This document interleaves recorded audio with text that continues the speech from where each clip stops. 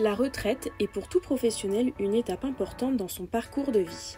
Elle est souvent l'objet d'interrogations et de changements car elle vient modifier des habitudes de vie liées à l'activité d'emploi. Voici quelques questions à se poser pour bien anticiper sa retraite.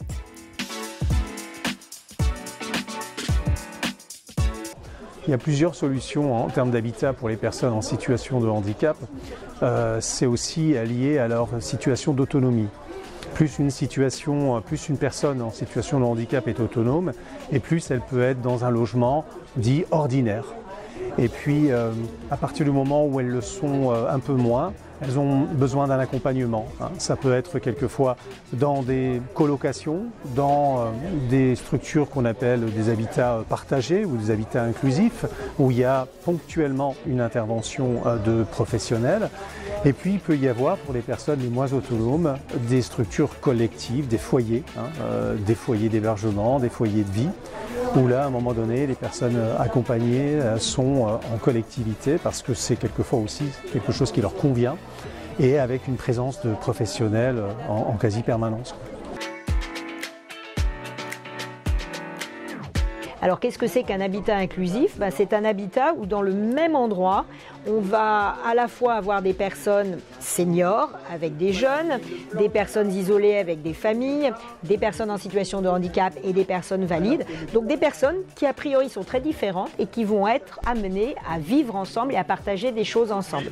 Si on est à la fois senior et en situation de handicap, on est bienvenu dans un habitat inclusif parce qu'il y a effectivement tout le dispositif qui permet aux personnes qui donc étaient peut-être habituées à vivre en foyer, à continuer, même si elles ont leur logement autonome, à créer du lien social et à ne pas se retrouver seules et isolées. Donc il y a toujours leurs voisins qui veillent sur elles, qui ont un œil sur elles. Et puis, dans le cadre du dispositif qu'on appelle l'AVP, qui est l'aide à la vie partagée, il y a un animateur de cette vie partagée qui s'assure que tout le monde est bien accompagné de façon individuelle, par des dispositifs qui peuvent être préexistants à l'arrivée dans nos habitats inclusifs, et qui va s'assurer que effectivement les voisins créent du lien entre eux et que personne n'est isolé. Choisir un lieu de vie, c'est aussi penser à ce que l'on va y faire au quotidien. Comment rester actif et garder le lien après les actes, c'est ce que nous allons voir maintenant. Le week-end, je joue au foot à Monaco avec une association. D'accord. Ça s'appelle Spécial Olympique de Monaco. Ok. Voilà, je fais du tennis, je fais du foot. Ok. Le vendredi, tennis, et le samedi, du foot, quand je peux, parce que je travaille le week-end aussi. Dans le département des Alpes-Maritimes, de nombreuses activités sont proposées pour les retraités. Des ateliers créatifs, des sorties culturelles, des moments de détente ou encore des rencontres sportives. Ce sont des occasions parfaites pour rester actif et rencontrer d'autres personnes. Dès 55 ans, on a la possibilité de s'inscrire à la Maison des Seniors et d'avoir des cartes qui vous donnent accès à différentes activités. Elles sont nombreuses. Il y a des activités de gymnastique, de sport adapté, avec par exemple de la gym dans les différents parcs de Nice très régulièrement, avec des spécialistes qui viennent vous aider. Vous avez droit avec ces cartes de pouvoir avoir des tarifs spécifiques à l'opéra, à Nikaya et puis au Pâté Cinéma. Et puis, vous avez aussi la possibilité d'accéder aux 2 restaurants solidaires de la ville. Les restaurants, c'est des endroits où pour 3 €, vous pouvez venir déjeuner. L'histoire, c'est pas tellement de venir déjeuner pour 3 €, c'est surtout de garder un lien social, de vous faire des amis et de pouvoir profiter de ce moment pour avoir des amis.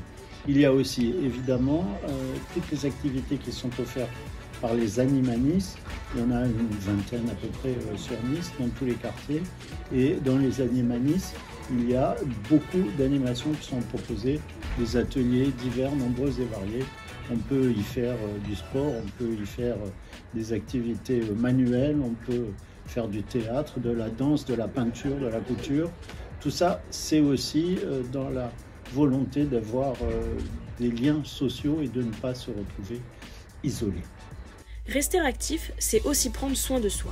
Des ateliers comme l'activité physique adaptée permettent de maintenir la forme et d'améliorer le bien-être. Ces moments sont aussi l'occasion de se retrouver à plusieurs et de partager un moment ensemble. Et parce que chaque personne a des envies et des besoins différents, il est possible de construire un projet de vie personnalisé. Prenons l'exemple de Claudie, qui avait envie de consacrer sa retraite à des loisirs qui lui tiennent à cœur. Claudie est à la retraite et elle a un projet d'accès aux loisirs. Donc dans ce cadre-là, on soutient sa demande, on élabore avec elle le projet autour du loisir et on peut soutenir des projets sur tous les axes de la vie. Passer à la retraite, c'est aussi être attentif à sa santé et faire les démarches nécessaires pour bien vivre cette nouvelle étape. La Maison de l'Autonomie est un lieu où vous pouvez être accompagné dans vos démarches santé. Elle offre des services pour vous orienter vers les bons soins, les spécialistes et les aides dont vous pourriez avoir besoin. La Maison départementale de l'autonomie accompagne les personnes en situation de handicap à toutes les étapes de leur vie. Le passage à la retraite des travailleurs en ESAT ne doit surtout pas interrompre leurs droits. C'est au contraire l'occasion pour eux de rencontrer les équipes de la MDA. Cette rencontre entre le professionnel de la MDA et le travailleur va permettre de réévaluer les besoins, mais également de proposer un nouveau plan d'aide qui prendra en compte ce changement de rythme de vie. Il prendra également en compte le risque d'isolement que peut représenter le passage à la retraite. N'hésitez pas à consulter le site de la MDA pour plus d'informations. Pour profiter de votre couverture santé, il est important de bien comprendre les démarches à suivre avec la sécurité sociale. L'inscription, la mise à jour de vos informations et la prise en charge de vos soins sont des étapes à ne pas négliger.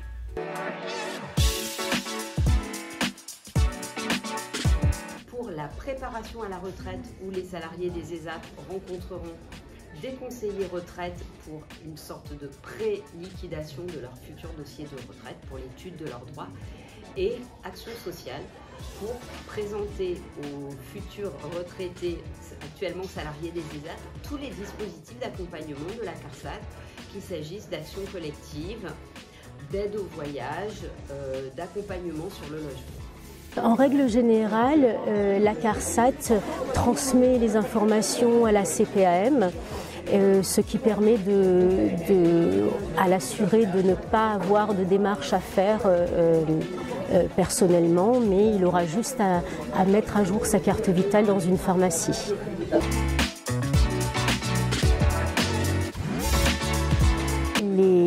Les aides après la retraite sont les mêmes que pour une personne qui est active. Donc en effet, on peut leur proposer, d'après leur situation et d'après leurs ressources, on peut leur proposer la complémentaire santé solidaire ou des aides financières au sein de la CPAM.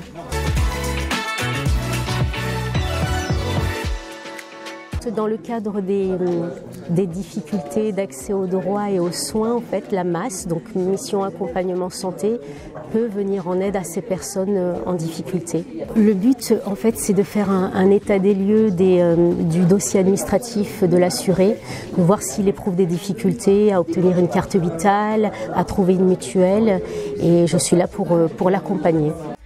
Il est également important de maintenir un suivi médical régulier. Les bilans de santé, les consultations avec votre médecin sont essentiels pour vivre sereinement et prévenir d'éventuels problèmes. Le départ à la retraite, c'est une nouvelle aventure et il existe de nombreuses solutions pour bien la vivre. Que ce soit pour votre logement, votre santé ou votre vie sociale, à chaque étape, des dispositifs d'accompagnement sont mis en place pour vous aider à vivre cette nouvelle étape de manière épanouie et sereine. Vous pouvez compter sur un soutien adapté à chaque moment de votre parcours. Alors n'hésitez plus à faire le premier pas et à construire votre retraite. Vous avez les clés pour vivre pleinement cette nouvelle étape de vie.